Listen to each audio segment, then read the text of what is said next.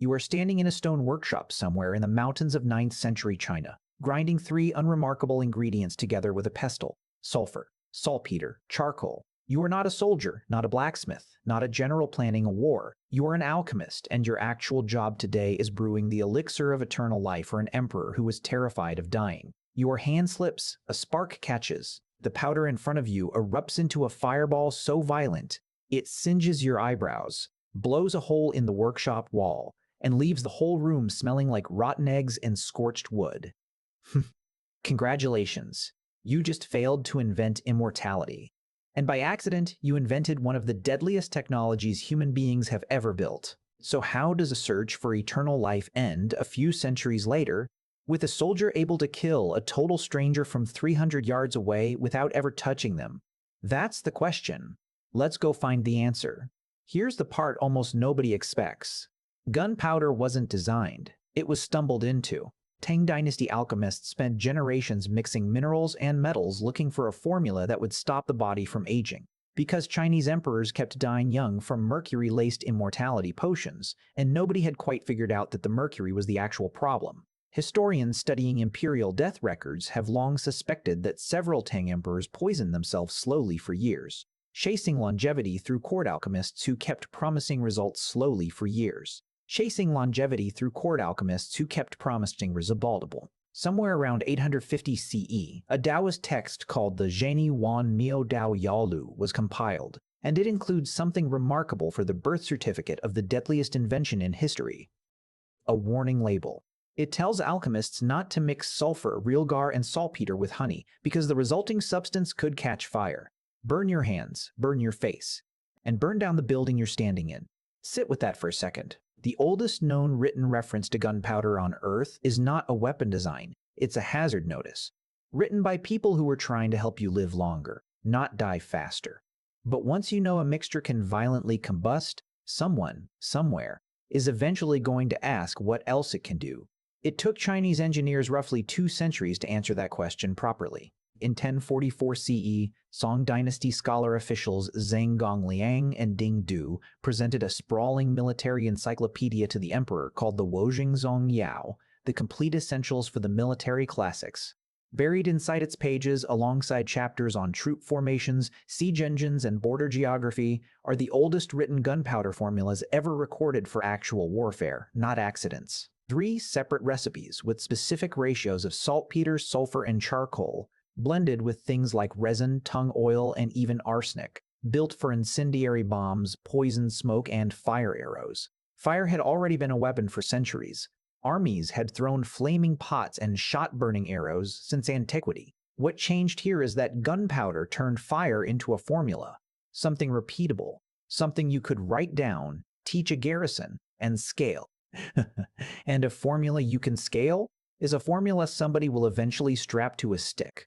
Sometime in the 11th or 12th century, Chinese soldiers started fixing bamboo or paper tubes packed with gunpowder to the ends of spears. Light the tube and it shoots a jet of flame and sparks a few feet forward, sometimes loaded with broken pottery shards or iron pellets for extra unpleasantness, while the soldier still has a spear point to stab with if the fire doesn't finish the job. Historians call this the fire lance, and military records describe Song forces using them to help defend the city of Daean in 1132 CE against Jin dynasty attackers, one of the earliest confirmed uses of gunpowder weaponry in an actual battle. It's clumsy, it's short range, it is structurally a flamethrower duct-taped to a spear, but it is also the direct ancestor of every gun barrel that comes after it.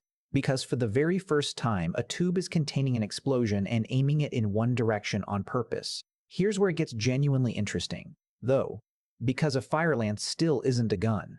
A gun needs one more idea. Stop bolting the tube to a spear and put something inside that tube for the blast to actually throw. In Inner Mongolia, archaeologists recovered a bronze hand cannon inscribed with a date corresponding to 1298 CE from the Yuan dynasty, now known to historians as the Xanadu Gune. Kenneth Chase, in his widely cited academic history of global firearms, points to it as the oldest dated firearm we have, physical proof of anywhere on the planet. Some historians point to an even earlier candidate, a bronze hand cannon unearthed in Heilongjiang province, possibly linked to a battle fought against a rebel prince in 1288.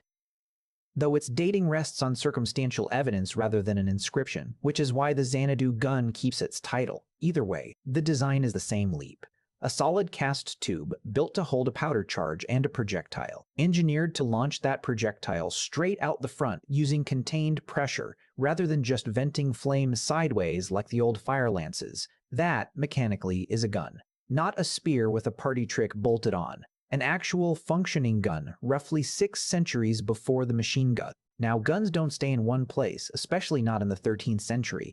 When the Mongol Empire is busy stitching together the largest contiguous land empire in history, stretching from the Pacific coast of China to the doorstep of Eastern Europe, successor states like the Ilkhanate in Persia and the Golden Horde in the Russian steppe kept trade routes, captured engineers, and battlefield ideas flowing west faster than they had ever moved before. Arabic and Middle Eastern manuscripts start referencing gunpowder weapons by the middle of the 13th century. And by 1326, a manuscript written for an English clergyman named Walter de Millemedy, dedicated to the young King Edward III, contains something remarkable. The earliest known European illustration of a gun. It shows an armored figure lowering a torch to a strange vase-shaped iron pot lying on its side, called the pot de fer, firing what looks like an oversized crossbow bolt. Europe had officially caught up. Sort of. Sort of is doing a lot of work in that sentence, because early European cannons were terrifying and nearly useless at the same time. By 1346, at the Battle of Crécy, English forces under Edward III are recorded bringing a handful of early cannons onto a battlefield. Against French cavalry, they were slow to load, prone to misfiring, and produced maybe a few shots, in the time it took a longbowman to loose 15 arrows. What they were extremely good at was noise, a deafening crack in a rolling cloud of smoke that reeked of sulfur. On a medieval battlefield in front of war horses that had never encountered anything like it, is its own kind of weapon, no accuracy required. Chroniclers of the period sometimes described the sound and smell in genuinely infernal terms, as if the soldiers using them had borrowed a weapon from hell itself. Around this same stretch of decades, smaller handheld versions start appearing too, so-called hand cannons or handguns, essentially a metal tube lashed to a wooden stick that a soldier touches off with a burning wire. Not elegant, not accurate, but loud, and getting more common with every passing decade. But the story so far isn't only about walls and cannons. It's about who got to hold power in the first place. For hundreds of years, being a devastating force on a battlefield took a childhood of training. A knight in full-plate armor represented years of horsemanship and swordsmanship, plus enough inherited wealth to afford a warhorse and a custom suit of steel. A gun erased most of that overnight. Hand a farmer a matchlock and a few weeks of drilling, and he could put a lead ball through that same knight's breastplate from 30 paces away. Military historians still describe this as one of gunpowder's quietest revolutions. It didn't just knock down walls, it knocked the entire feudal knightly class down the social ladder. Because a peasant with minimal training could now kill a nobleman who had trained his whole life to fight. That shift terrified Europe's old warrior aristocracy for good reason. And their battlefield monopoly never fully recovered. Let that sink in for a second, because a little over a century after Crécy, that same clumsy, unreliable technology is about to end 1,000 years of military history in roughly 7 weeks. In 1453, Ottoman Sultan Mehmed II, barely 21 years old, lays siege to Constantinople with an army numbering in the tens of thousands. The city is defended by the Theodosian land walls, triple-layered fortifications built under Emperor Theodosius II in the 5th century, that had turned back attacker after attacker for more than 1,000 years. A Hungarian engineer named Orban had actually offered his cannon-casting skills to the last Byzantine emperor, Constantine XI. First, Constantinople, broke and shrinking, couldn't afford him, so Orban walked over to Mehmed, who very much could. Orban cast the Sultan a set of enormous bronze cannons, including one monster the sources call the Basilica, reportedly capable of hurling stone balls weighing hundreds of kilograms into those ancient walls. Mehmed even had part of his fleet dragged overland on grease logs to slip past the giant chain blocking the harbor, catching the city's defenders completely off guard. After weeks of relentless bombardment, on May 29, 1453, the walls that had never fallen to a direct assault finally fell. Historians still point to this siege as the moment gunpowder artillery proved, beyond argument, that it could beat the best defensive architecture humanity had ever built.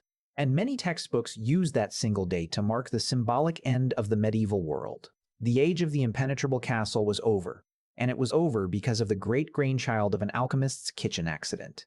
But here's the thing nobody tells you about all of this. For the first 600 years of its existence, gunpowder weaponry had a massive design flaw sitting right at the ignition point. You needed open flame, applied by hand, to a tiny touch hole, in the middle of a battlefield, often in wind or rain, while someone was actively trying to kill you first. Fixing that took generations. The matchlock, developed in the 1400s, used a simple mechanical arm to lower a smoldering cord onto the powder at the pull of a lever, freeing up a soldier's second hand for the very first time. The wheelock followed in the early 1500s, a spring-driven mechanism, a bit like a cigarette lighter crossed with a pocket watch, that spun a steel wheel against a piece of pyrite to throw sparks. Some historians even connect its design to mechanical sketches attributed to Leonardo da Vinci around the turn of that century. Clever, yes. Also expensive and fragile enough that most armies couldn't afford to arm everyone with one. A simpler cousin called the snaffance appeared not long after, stripping the mechanism down before the true flintlock finally arrived. The real breakthrough landed around 1610, when a French gunsmith named Marin Le Bourgeois, working for the court of King Louis XIII, refined the flintlock. A shard of flint striking a steel plate to throw sparks directly into the powder pan. Simple, cheap, and reliable enough to become the standard ignition system for muskets and pistols for roughly the next 200 years. Read that again. 200 years on one design. And then in about 70 years, guns changed more than they had in the previous 7 centuries combined.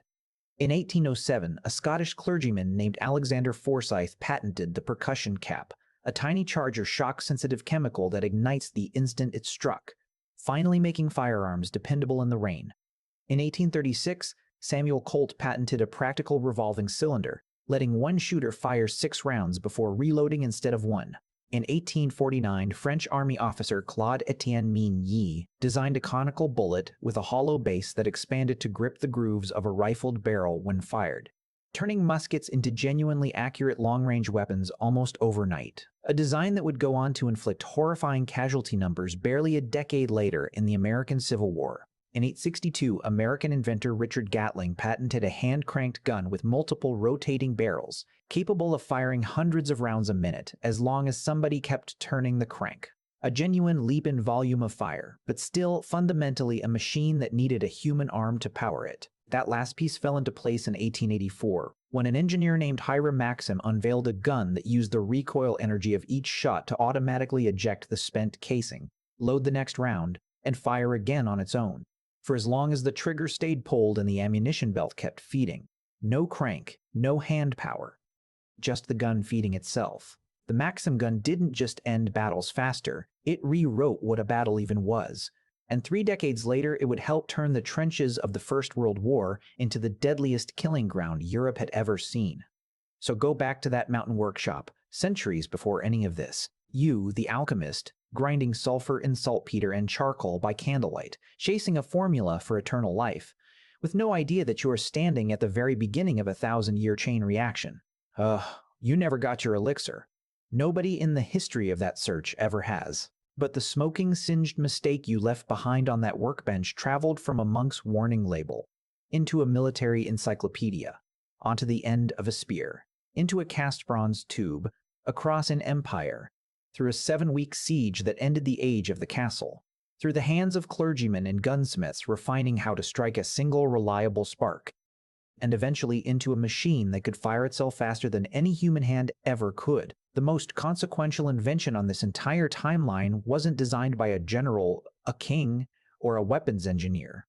It was a byproduct, a mistake made by someone trying to build the exact opposite of a weapon, chasing life and manufacturing death instead. So here's what's worth sitting with after you close this video. Is that the single greatest irony in the history of technology? Or was something like this always going to get discovered eventually, no matter whose hands it started in? Tell me what you think in the comments below. And if you want more stories about the accidents, obsessions, and quiet discoveries that secretly rewired human history, subscribe. Because that's exactly what we dig into here every week.